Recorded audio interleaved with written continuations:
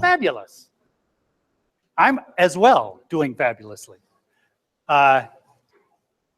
So in this particular session, we're going to talk about transportation. We're going to talk about transformation in transportation.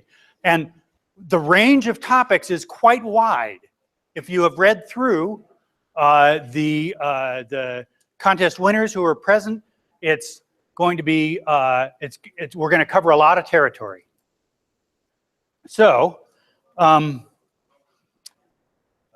so everybody who is here representing one of the winning teams. So there's 4 teams and one is calling in from somewhere, yeah? Yep. Looks at Lar and Lar is busy. Good. Somebody's calling in, right? Yes. Okay, great. So everybody who's on a team here, why don't you stand up? And I'll get you guys to just quickly introduce yourselves and your team. Oh yeah, sorry, you got to use the microphone. Let me hand you a microphone. All right, so you come up. Everybody has to redesign the process. Come on up, introduce yourself. We'll start with you guys, and we'll go to you. Hold on for a sec. We'll let these guys do theirs. So go ahead. And you can pick it up and grab it, yeah. I'm Emil Jacob, and no, it's on, it's just not up. Hello? Yep. And we're gonna present the concept for mini elevated trains. And our goal is to see what has been so far the barrier to why elevated trains never made it as a mass transit solution.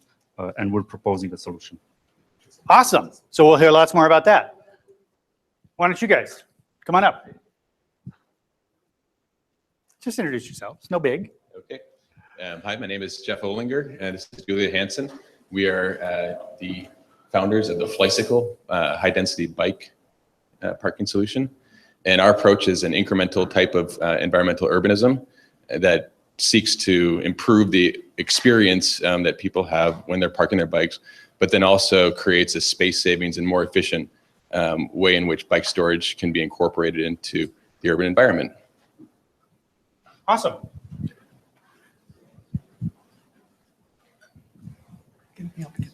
Hi, my name is Omkar Kulkarni. Our team name is Airmac Innovations, and we are from India.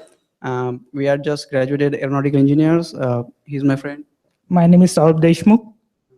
And our project name is a cross-flow air turbine auxiliary power unit. It's basically a zero fuel, zero emission replacement technology for the conventional auxiliary power units used in aircrafts. So we'll explain it later if you have some questions. That's it. Awesome. So you can see that our range is quite wide. So do we have the folks? Hey. Hi, this is great. I can see myself on TV there. I'm Valerie Thomas from us too. Yeah. From Georgia Tech, and with my collaborator Surya Arul Silvan. Our proposal is addressing the challenge of scaling up the production of biofuel for aviation. Thank you. That's perfect. As I was saying, the range of things that we are dealing with in thinking about transportation and transformation in transportation is quite wide. And it'll be quite interesting to see where the intersections are and how they come about. So we do have look, there's me. A set of videos. Yeah, we ready to go with that? You guys are awesome. Okay, we'll let that roll.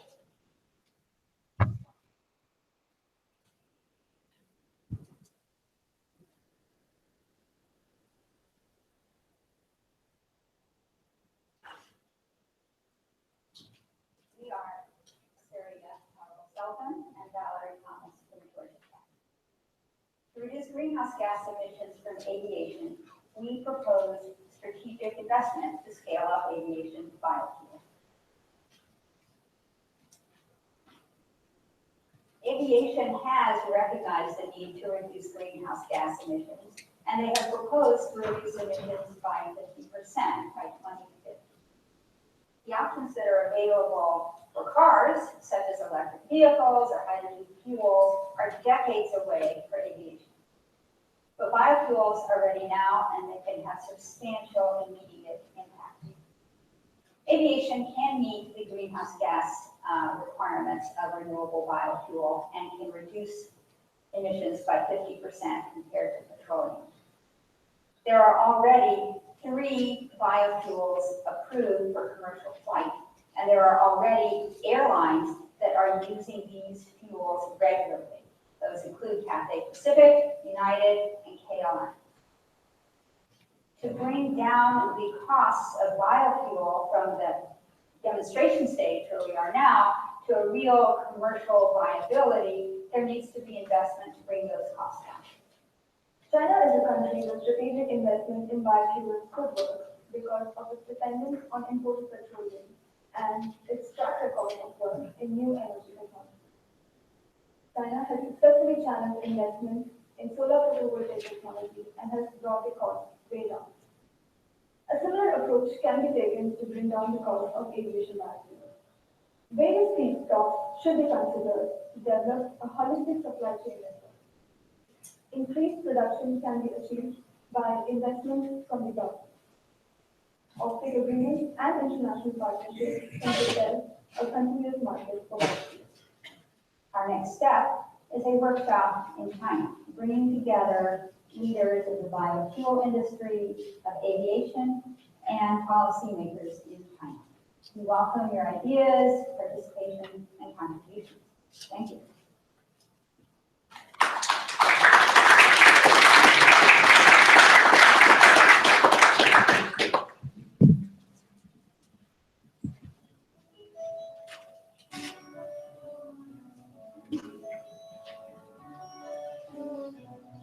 Auxiliary power units on airplanes are used for various purposes, such as to start the main engines, as well as to produce electricity and provide heat air for the air conditioning unit. In this process, they consume lot of fossil fuel, nearly about 70 pounds per hour. That's lot. Greenhouse gas emissions of these fuels is significant, and airplanes also has to carry extra fuel to operate them. Conventional fuels produce lot of noise. Although their greenhouse gas emissions are not in large quantity, but the contribution to global climate change is significant. Cross-flow air turbine is a green technology in auxiliary power units. We wanted to bring a revolutionary idea to challenge the conventional auxiliary power units. Trying to do this, it came with simple yet feasible idea which can completely replace the conventional APUs if developed in proper lab. So, how it will replace? Well, CFAT is capable of all the work which normal APU does, and that too with no fuel and low noise. CFAT is lightweight, hence batteries can be used to store excess electricity. CFAT uses no fossil fuel. It works on simple air turbine principle. It extracts energy from high velocity air when airplane is flying at optimum altitude. When air passes over the blade, fan rotates with high RPM, which in turn rotates the generator shaft. This simple motion produces enough amount of electric power which can be stored and used for onboard electric requirements. A generator is placed inside the cross-flow fan. A duct is also provided to transfer the large volume of air into the air conditioning system. Airflow can be controlled using the intake and exit door. When airplane is stationary on the ground, it can use stored battery power to run and provide air for air conditioning unit. We are also working on to develop CFAT in such a way that the incoming air can be compressed and used to start the main engine. We are constantly working on its design to reduce drag penalties by making it more safe and aerodynamic. With proper guidance and expert help, CFAT can be a reality. CFAT can be implemented at various stages. Aircraft manufacturing companies and government policies can come forward and take benefit from it. In all, CFAT technology is future of APUs, and we see it as a potential solution to reduce the impact on climate. We have not witnessed it. Do you?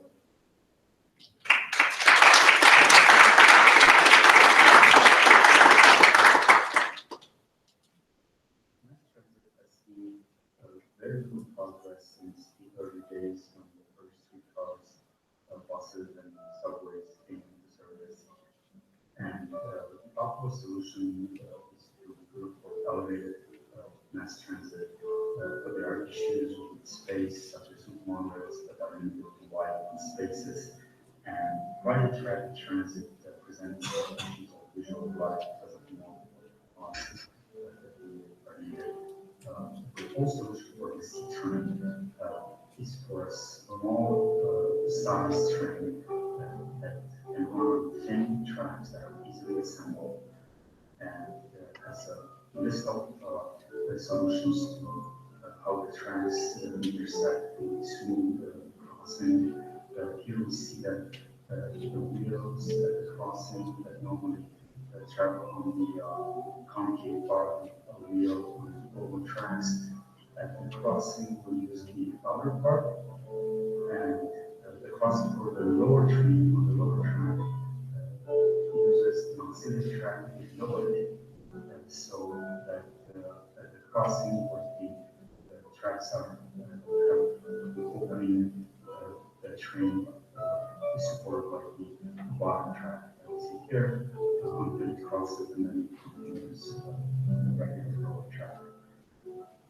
The C train is effectively any dense urban density as long as there are at least two lanes of traffic on sidewalks or concrete poles there. The tracks are intended to be as thin as possible.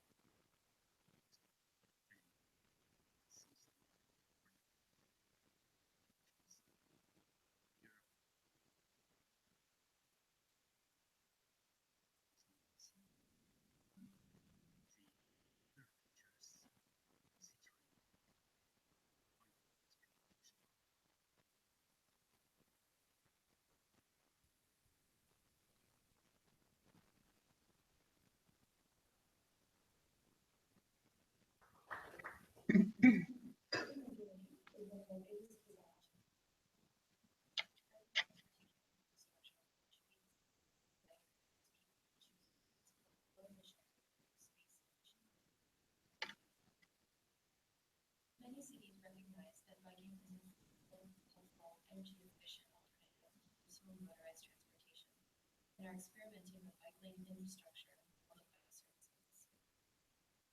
But well-designed bike parking has been neglected, although it's an essential component to the area of bike parking. Bike racks are frequently unavailable, uncomfortably used, difficult to access, or unsafe for bikes. The demand often far exceeds the supply. The Flycycle presents a new way of thinking about bike parking, in which elegant design and functional form come together to expand the public's access to user-friendly bike parking. Flycycle raises the front wheel of the bike, and the front handle frequently frustrates cyclists and makes bikes prone to tip over. Its added stability reduces the amount of space needed with bikes, allowing for in the space of 5 meters. 20 for space saving. Office buildings, schools, commercial and transportation centers frequently install dozens of bike racks in a single location. Space savings of this magnitude open up new possibilities for design and help to add additional capacity in locations that are already space constrained. Flycycle makes bike parking accessible and easy to use for more people and is a beautiful, space-efficient solution for the owners. By satisfying the needs of these distinct groups, the Flycycle increases both the supply and the demand for bike parking, filling in less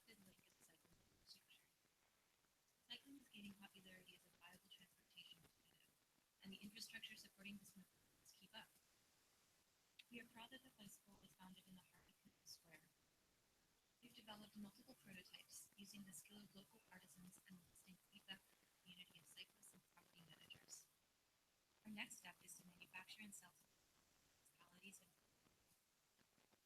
we'll also present our concepts at the UN Tech 3 Conference in February as part of an exhibition on universally accessible design under the sustainable organization.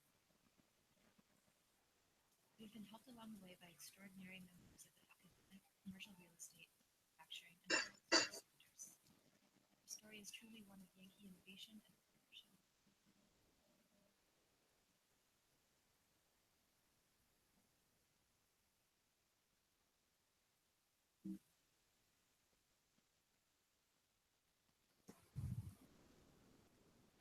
As you can see, I'm probably going to get her back, right?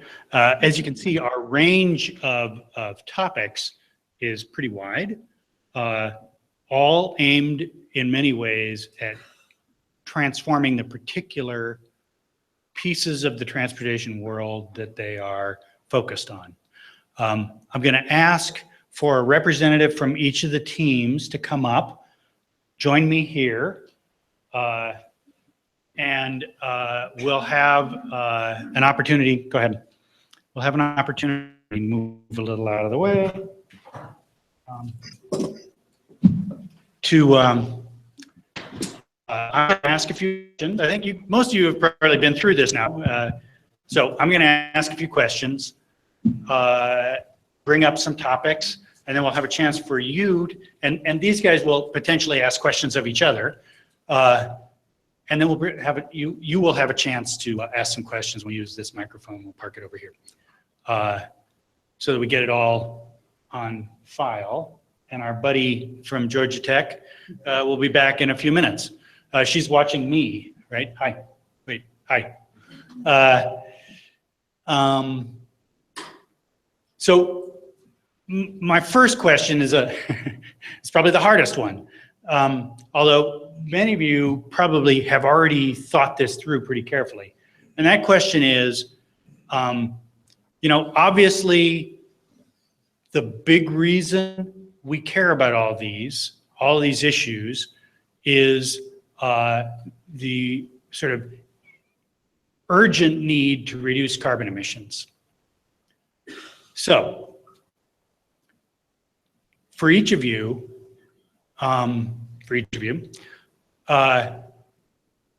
if you were to think about sort of cost compared to tons of carbon avoided, I'm not going to ask for an answer.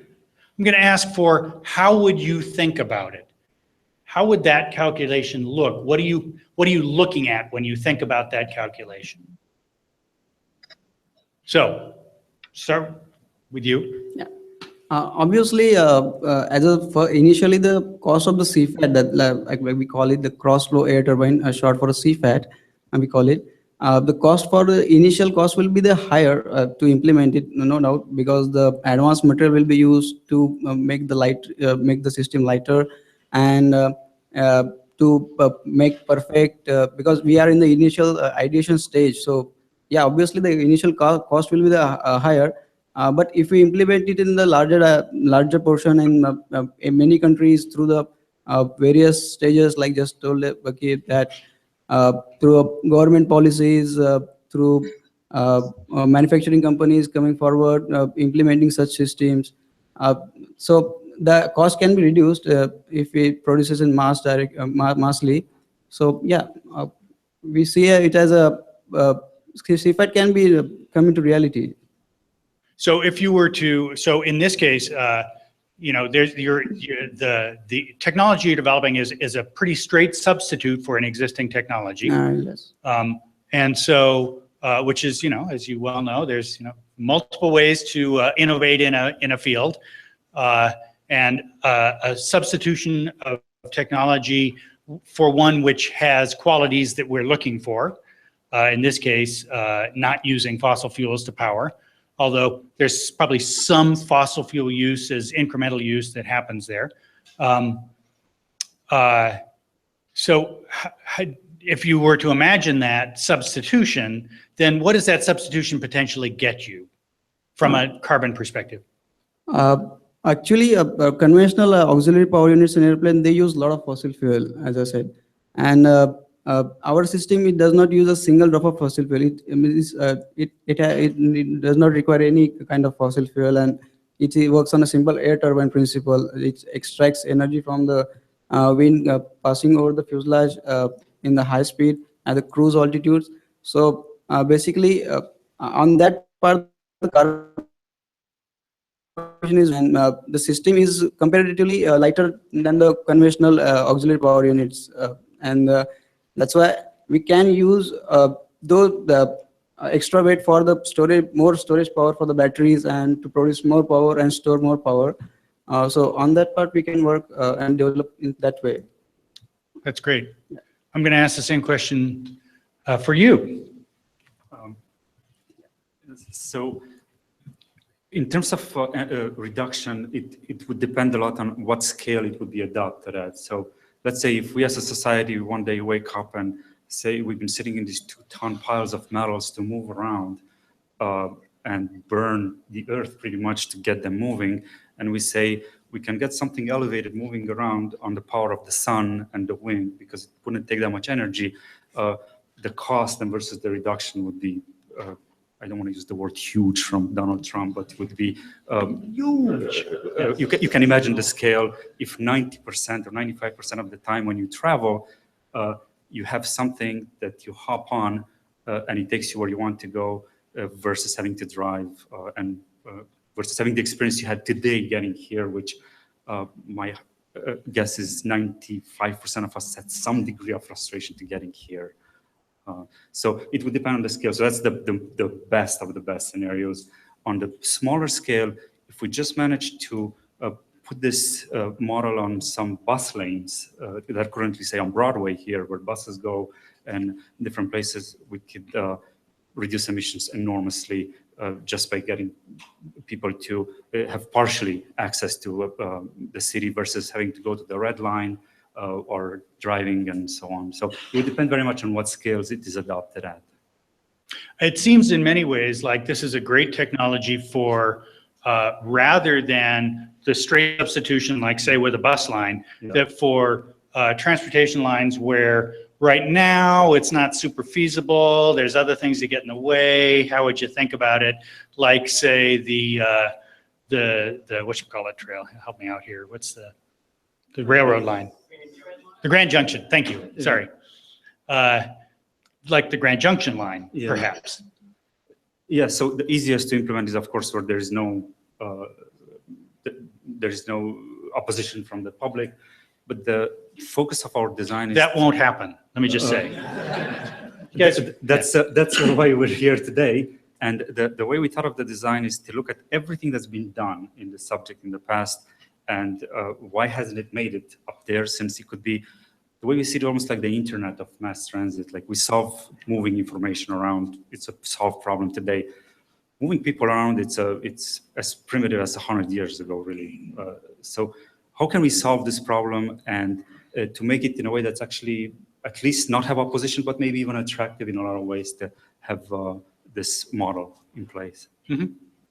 So I think that's a great lead in to thinking about fly cycle and sort of how do you think about what the effect of fly cycle, which is, you know, in the scale of these innovations is tiny. You can carry it, but tiny yet has big reach.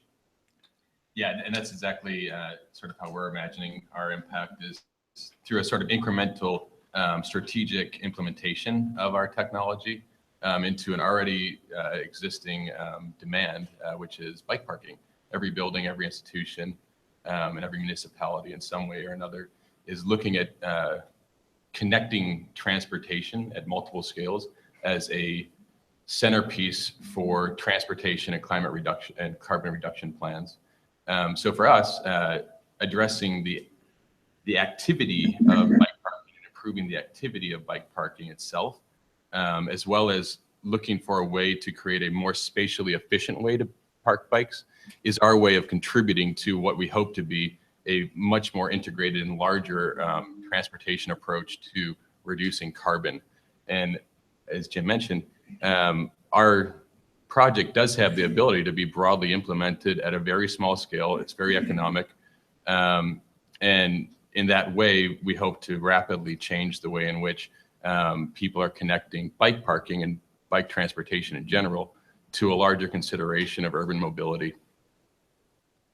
So let's shift scales. Hey. Hi. So I'm going to ask you the same question, which is, how would you think about the sort of cost relationship carbon reduction? Not necessarily what's your answer, although if you have one, that'd be awesome. But also, what are you considering? Yeah. So there, if we want to replace all of aviation fuel with biofuel, get rid of petroleum entirely, that's a pretty big a transition.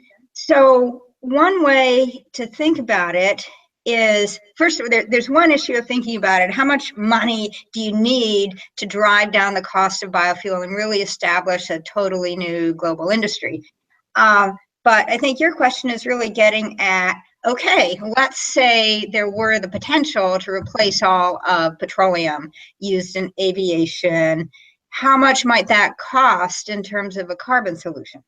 So you gave me a few minutes to do this this calculation. So there are a couple of ways of thinking about it. One way would be, all right, so let's say the eventual biofuel 20, 30 years from now is going to cost some more than the current petroleum. Petroleum is really cheap. It's really hard to beat that at large scale. So just playing around with some numbers, if you had a biofuel that cost $1 more per liter than petroleum, you could imagine that you could easily get there.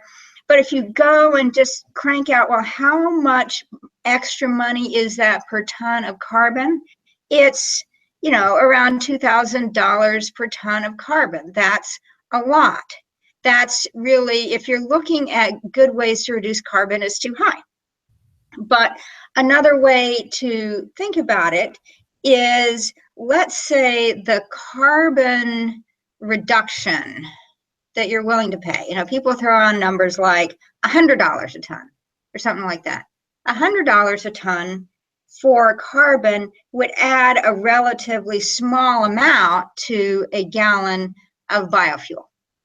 So what we're looking for here is, can we get the cost of biofuel low enough at large scale that the additional cost is acceptable to the airlines and to the military, other users of biofuel? And then also, can we find other benefits to biofuel that can help buy down some of that extra cost?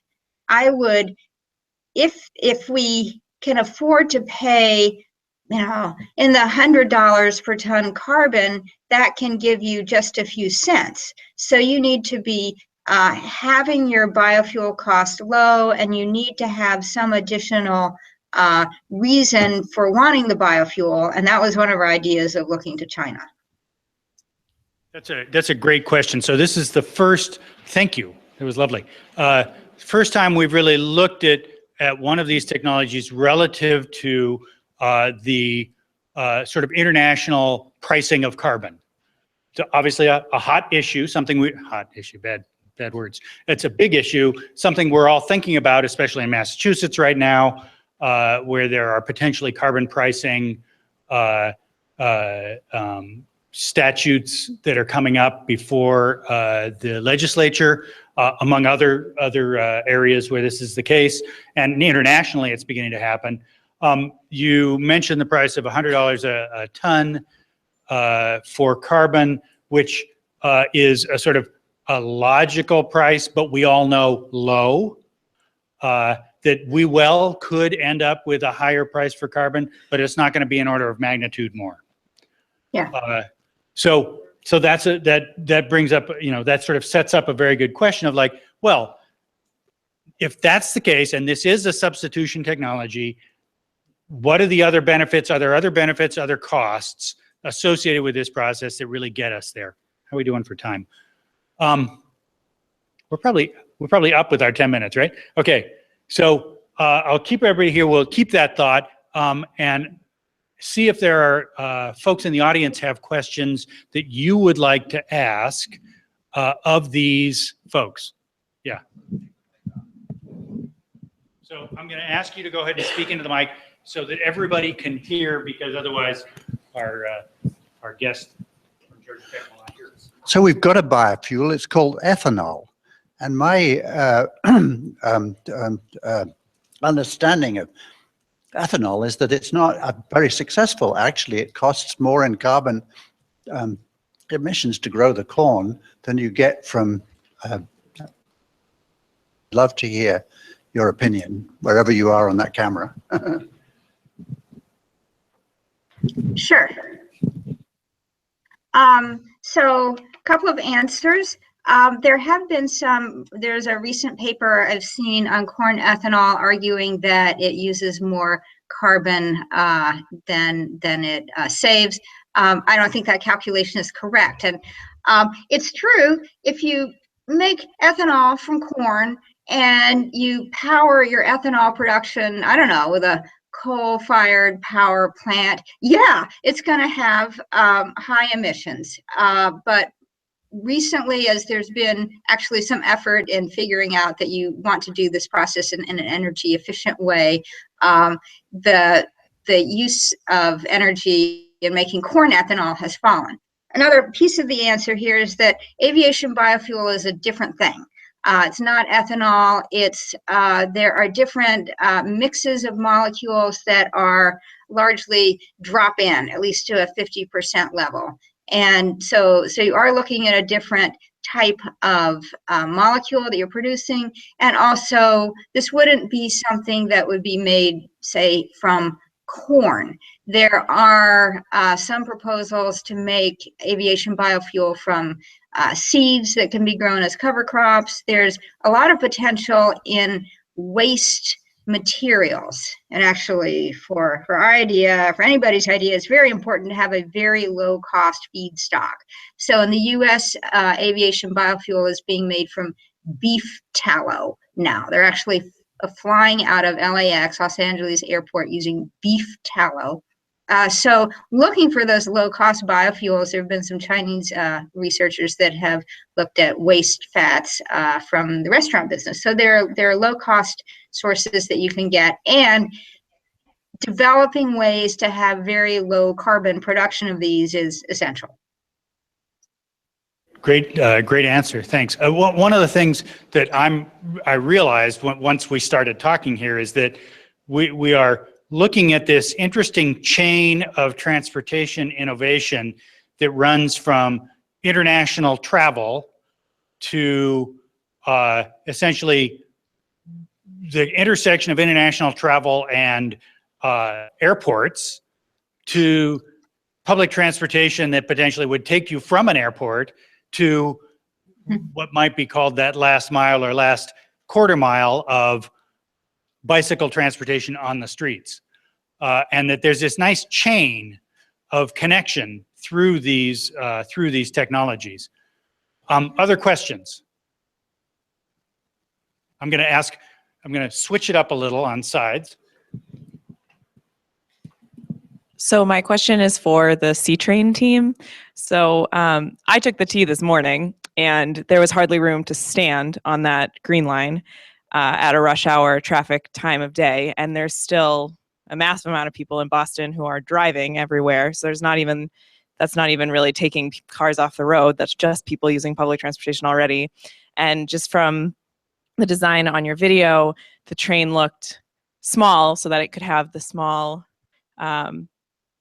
lines that didn't have to be large, but have you thought about the capacity of people that you can really transport with a train that's so small, and how frequently you'd have to have those trains run to really have sort of a replacement for heavy car traffic?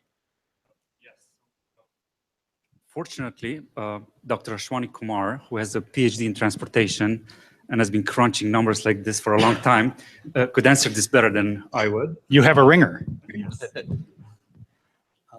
Yeah, that's the first question we answered while designing the system. And actually, capacity of the system is around 6,000 pph/pd. Let me explain how exactly that happens. One train can carry 20 passengers, all seated. But since entry and egress is so fast in this case, that we can run these trains every 12 seconds. Like theoretically, we can run it every 12 seconds. And even if taking the realistic scenario where we can run 4 trains every minute. So it's about, we have sort of taken away some of the key learnings from the existing metro system. What the existing metro system does, it has 7 or 8 cars. Each car can have just 10 passengers, or it can even have up to 250, 300 passengers. In our system, load is predictable. We know there can't be more than 20 passengers. So the whole structure becomes light. We are not designing it for 250 passengers. We are designing it only for 20 passengers. So the structure, the vehicle becomes light. All the structures that it is supported on, those structures become light, and capacity is still very high because we run them very frequently. Typical metro trains run every 3 minutes, 2.5 minutes at the most. So we are running it, we'll be running almost 15 trains during that period in the same time interval. We'll be running 15 trains. So that's how we make up for the capacity. But still, I won't say that capacity of this is exactly the same as metro. It would be, if you consider a typical metro system, its capacity can go up to 50,000, theoretically. Though people will be highly uncomfortable if you go for those capacities. But in our case, we can install this system at various roads. Not just, we need not come up with just this system in one street, because our system will cost around 1/15 of a metro system. And that's why we are pitching it as Internet of Urban Transportation. In the sense, you put it on all possible streets, wherever people permit it. It would not even cause the so-called visual pollution, because it doesn't have, it's like trolley, you have lines of trolley buses. So it could be something bigger than that. And you have arches, you have street lighting, you have arches and things like that. We can come up with interesting materials, which could be semi-transparent, so that even the visual pollution part goes down. So that's why we say that in metro, you have to accumulate people artificially, and then you have to carry them to certain points. But in this case, you can take them from point to point. You can have frequent stations, and you can move people around much faster. So even artificial aggregation of people would not be there. So there's a sort of model here. Go ahead, I'll let you in just a sec. Go ahead. One more really important point, and it's somewhat counterintuitive, that with the capacity question. So the train is not just like a subway. If I put the train here in Cambridge on Broadway, on Cambridge Street, on Prospect Street, and so on, when you go to Boston, you can enter Boston from 20 different streets. So the capacity is spread out. It's so the numbers that we did, we more than meet the demand. Much better actually than the current system, because it goes on every major street rather than the clustering. So what I was going to say is that there's a sort of an additionality here, where there's a logic of, look, we've got very expensive devices that have very high capacity, that live in the ground or live on large scale things above the streets. But then there's lighter scale, lower cost, sort of more distributed capacity that happens in other settings, much like streets do. It's an interesting model. So we'll have one more question here, and then we get to break up a little. I have a question for the people proposing the ethanol. What about using the waste to energy process, and through pyrolysis, the PET bottles, etc., also produce fuels, liquid fuels that can they be utilized for aircraft, etc.? Because that movement is moving very rapidly now, the waste to energy transformation. the burning of yeah. Yes. There are, am I on the air? Am I on? All right, yes. Yes. There are, so yes, and I believe that one of the current producers of aviation biofuel is using municipal solid waste through some kind of pyrolysis or, heat and pressure Fischer-Tropsch type process. And what's kind of interesting and cool is that ASTM is now going through the process of certifying aviation biofuels, and there are about 9 of them, and 3 of them have already been certified, and then 3 more are coming, and then 3 more are coming later. And so a lot of them are there's a wide range of them, and consistent with these kinds of pyrolysis processes, and also that would produce, generally, if you're making aviation biofuel, you're also making some definitely diesel, and you could have other co-products, and that also all goes into the equation of making a viable industry. Yeah, so it wouldn't be ethanol, it would be something like jet fuel and diesel. Right, which, so thank you, that's great. I looked to the screen, which of course is looking away from you. The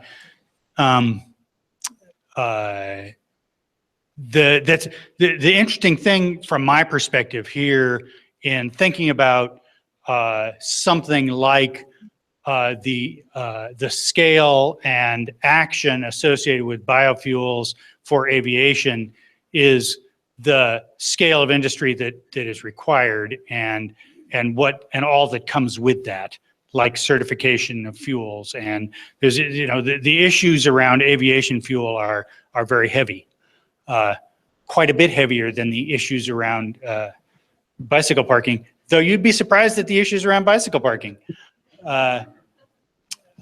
So we have a couple minutes for more questions. If other folks have questions about things within this structure, before we break up and have an opportunity to talk individually with each team in the breakup sessions.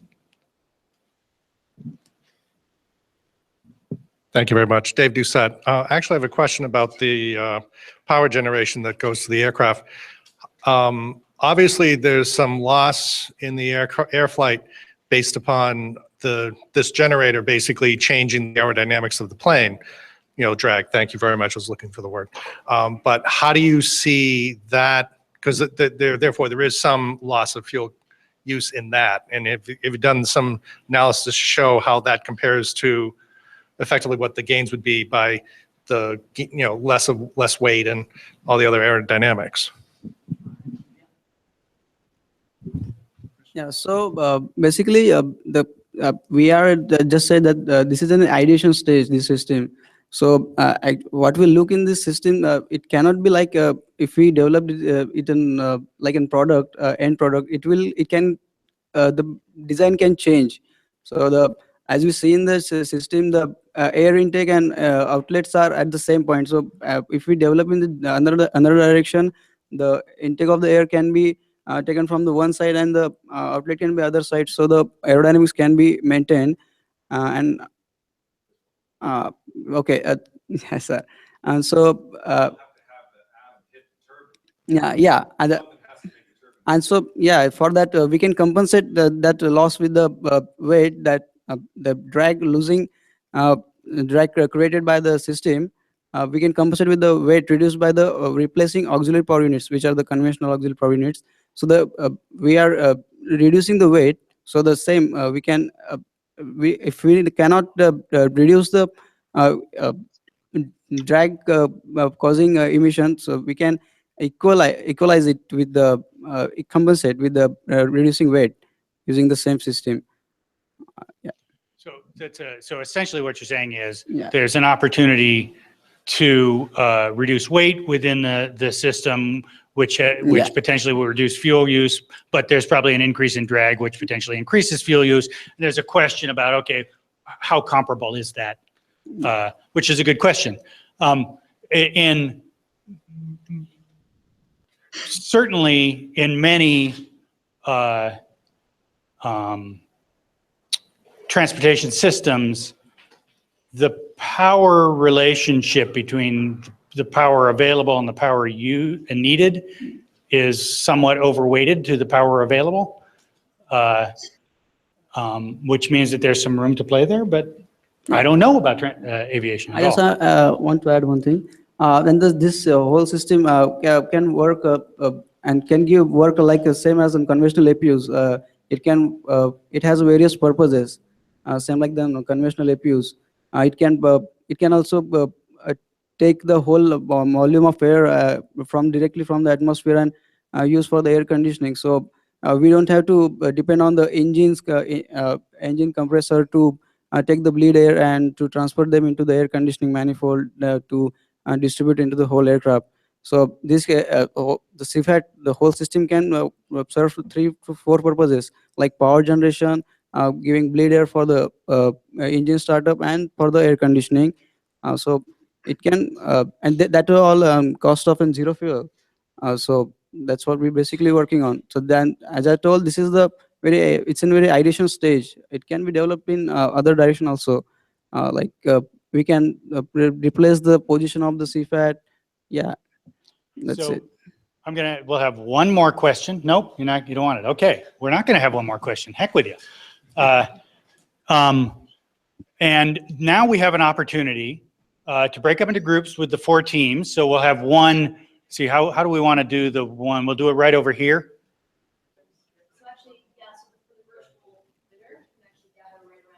Okay, right. So for Georgia Tech team, you can gather right at the back here.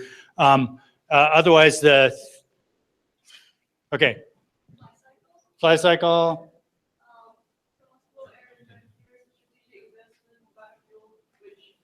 Is back there, right?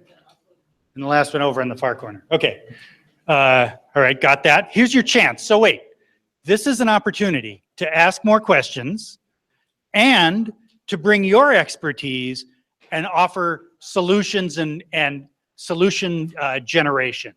This is an opportunity to take some of these ideas and bring what you know to that process. So rather than necessarily ripping them up, it is, although feel free, it is an opportunity to bring your own expertise into the process. So let's go ahead, we'll break up into the groups, and we'll probably try and gather together right at about 12:25 to just wrap it up. Okay? Let's go here,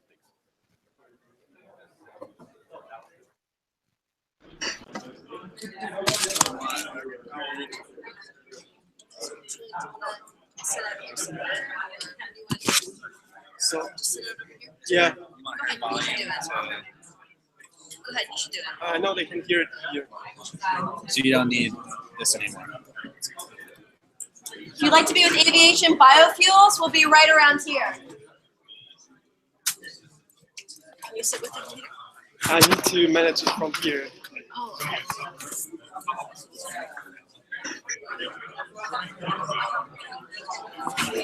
Hi, it's Laura. I'm the project manager with Climate Collab. Thank you very much. This is such a great process, and thank you for providing a virtual opportunity. I think it's right in the spirit of reducing the impacts of aviation. Well, we think it's really important, and it's also a good way to reduce carbon emissions. Exactly. So, all right, so people are just kind of mingling right now. They're not really moving to any circles just yet. Oh, there I am on the big screen. So, yeah, great. So we're still getting things together.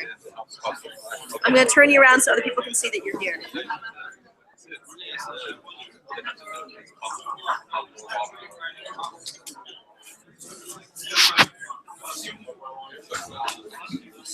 Yes, thank you.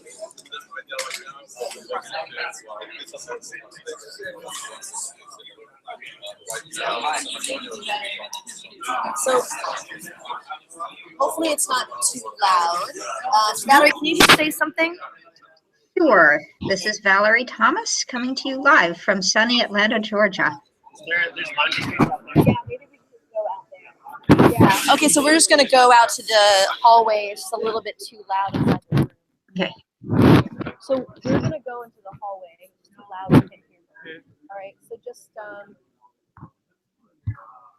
oh, no, it's okay. It's all right. Great, we're just gonna go into the hallway. All right. Not a speaker set. All right, let's move to grab chairs though.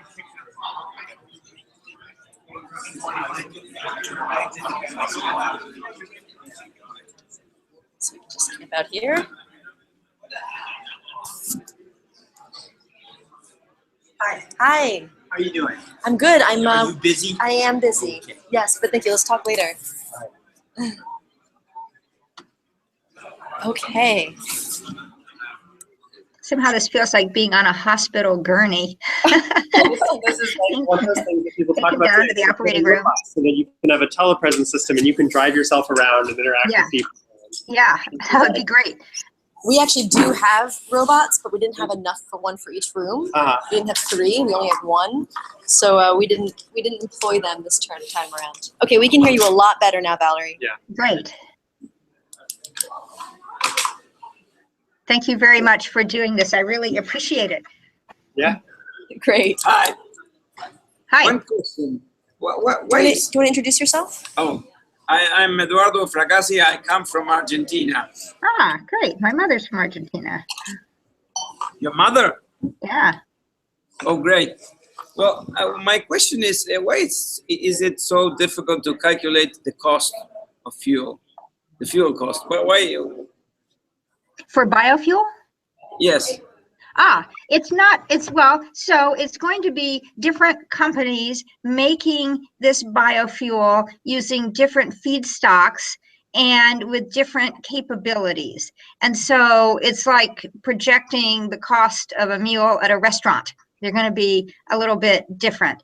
And we're still at the point of bringing down the cost. Now, there's some kind of data in that there are airlines and the U.S. military is buying aviation biofuel. There are 3 companies producing in the U.S. and several that are producing other places in the world. And they're not releasing their data on the actual contract price. So that's why we don't really know. And they all say it's cost competitive. But what that means, we don't exactly know. But you do, and I do them techno-economic analyses where you calculate out what the price should be. Why cannot the price be included in the price of the tickets? It could be. The question is whether some airline companies would then have more expensive ticket prices and whether they'd be able to incur that higher cost.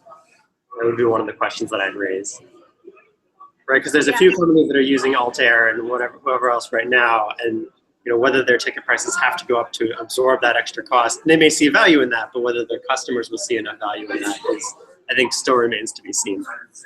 Sorry, my name is Alexander Dale. I'm a AAAS fellow at the EPA. I'm in the Transportation and Climate division, so we work on the renewable fuel standard that handles a lot of biofuels and aviation fuel. Well, that's really great. So you're based in Washington? I am based in DC, yeah. Yes. So I was the APS congressional fellow for 1 year, so I know your program. So that's so right now you have the airlines that are kind of experimenting with using biofuel. So the idea is to scale up production so it could be a larger fraction of their flights. Right. One question is that it's easier. So if you're going to be scaling up biofuel production, you would be producing at a location and then it would go probably to an airport or a small number of airports. That's what we see now. And so there are some flights like Cathay Pacific is flying its flights from Toulouse, France to Hong Kong are biofuel. And so then so they have to be they must be doing this calculation internally of how do we price this, how do we absorb the prices as we scale it up, if we're going to be focusing our initial biofuel entry into the fuel system at a limited number of airports. Are they able to include a carbon price from the EU on aviation or a cap as part of their financial accounting? Could you just say your question again, please? I got that So last half. the EU has some amount of carbon awareness on aviation, so are they able to include that in terms of the financial incentives? I don't know. However, the International Aviation ICAO has committed to reducing its greenhouse gas emissions somewhat substantially. And so there is, unlike in the land transportation, in aviation, there's actually market pull to get biofuels.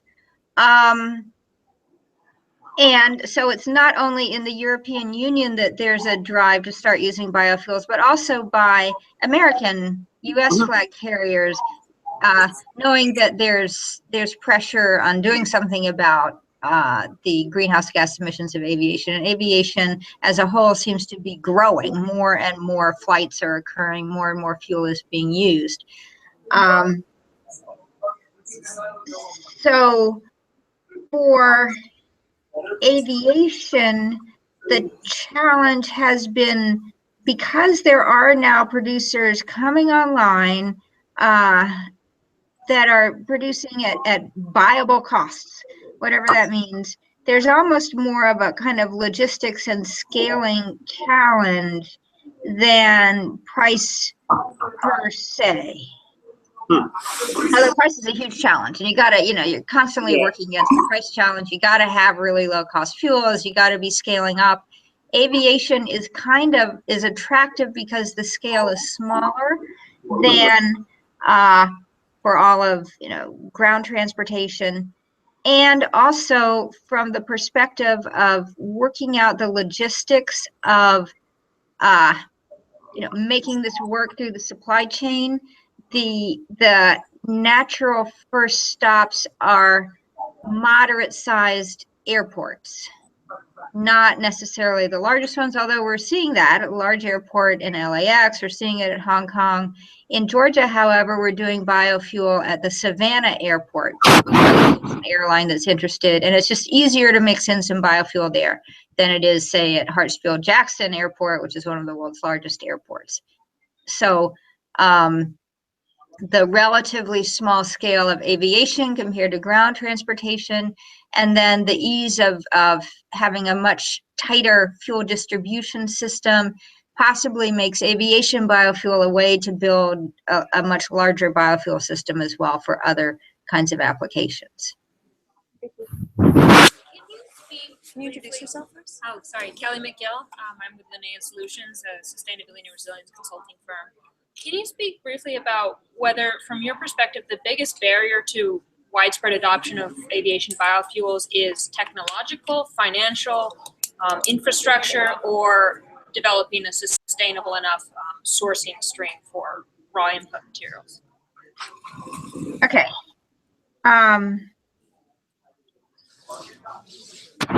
The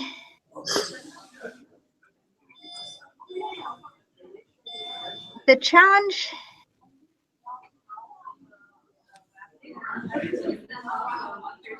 it's getting these facilities at a kind of modest scale up and running and integrated into the supply chain.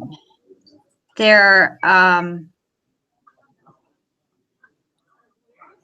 cost has been brought down on a lot of them.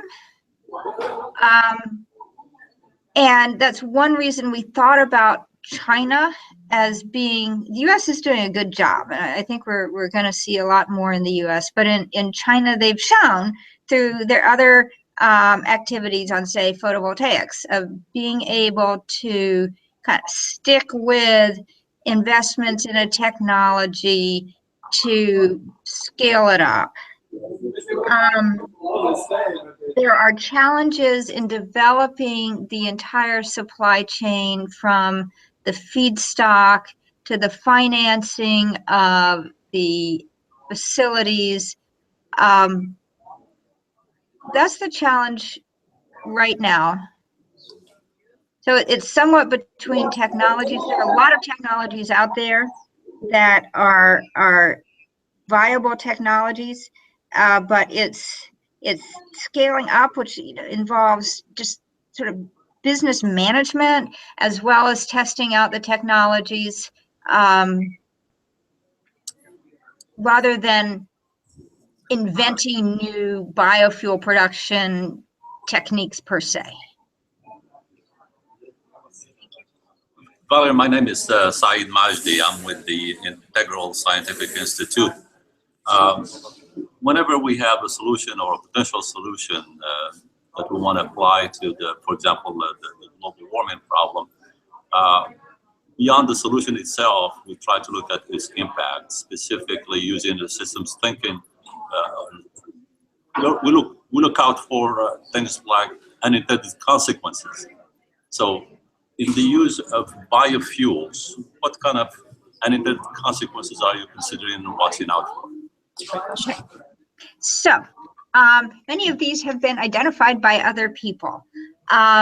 One issue is that most of the biofuel feedstocks use land. And that land could be agricultural land, it could be forest land. And we use petroleum globally at a very large rate. So it's a substantially large industry. So the choices about how land is used can be it's just a major problem, both for food production and just land for nature or land for any other application. So just efficiency and thoughtfulness are very important. Another issue is the smaller scale this problem can be, the easier it is to solve. So there's that set. There's another set of problems that with biofuel, if we're not talking about just a niche market, but really that biofuel would replace a substantial amount of petroleum fuel, and that other segments of petroleum fuel would be replaced by, electric vehicles for ground transportation, that kind of thing. There's sort of globally, in many nations, there's a lot of dependence on production of petroleum as an economic basis for economies. And we're seeing that now with a very low cost of petroleum. So I think one consequence, if this were actually successful, if it were going to be real, is that the kind of disruption you're seeing now, Venezuela, for example, with very low petroleum prices will continue. I think it's likely as you start producing much more biofuel, if you have much more electric vehicle production to the point that they're deeply or even slightly cutting into real markets for petroleum prices are going to stay extraordinarily low for decades, and that will have geopolitical consequences. So I'm also thinking about, you mentioned land use, but there's also the water use and the emissions that result either from the plants or the animals that help in producing those biofuels. So it's a little more complicated, and I think it needs closer analysis to determine the exact final outcome when it comes to the impact on the environment. Yeah, I agree. Hi, my name is Anthony Diorsi. I do consulting work for tech companies that do business in China. The firm is there, and I used to live there. My question would be, when you're looking at the business case for biofuels with these aviation companies, what is the typical catalyst? Is it usually pressure to reduce emissions? Is it usually something like energy security, such as the case sometimes in China due to the fact that they rely heavily on imported oil? Or is it this case-to-case based on geography? So the business case, there's kind of several business cases. Like if there is government involvement in supporting the biofuel industry or supporting innovation, then you're looking at kind of the national interest, which can be several. So one is national security, having a source of liquid transportation fuels that are produced locally or nationally, or that are just different from the main supply routes. For airlines, there's certainly the pressure to do something about carbon emissions. And I think there is also the desire to demonstrate to customers their commitment to doing that.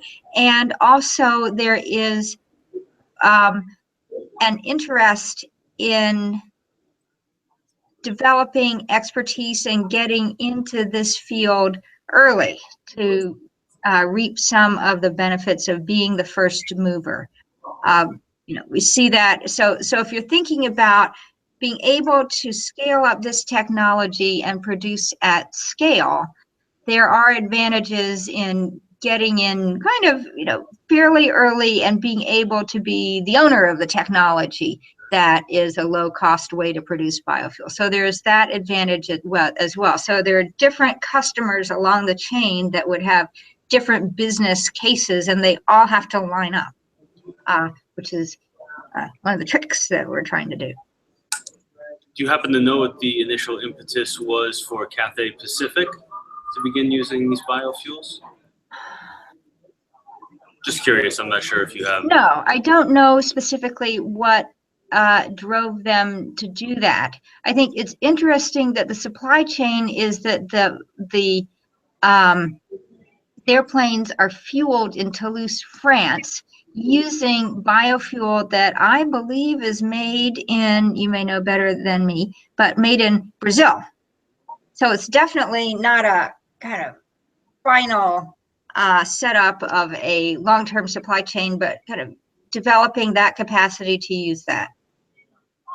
So it was probably fuel that was produced in Brazil and transported the US. Yes. Now, Yeah, to France. Ships to France. Yeah. It's complicated. Yes. But the difference fuel market, so that makes some amount of, it's still okay for right now. Sure. You can do something. Sure. Yeah. It's also good marketing for the airlines. Yeah. So every airline likes to be able to have their magazine and talk about that they use some biofuel somewhere. The green airlines. Yeah, and there is a variation in how they're approaching this, different airlines.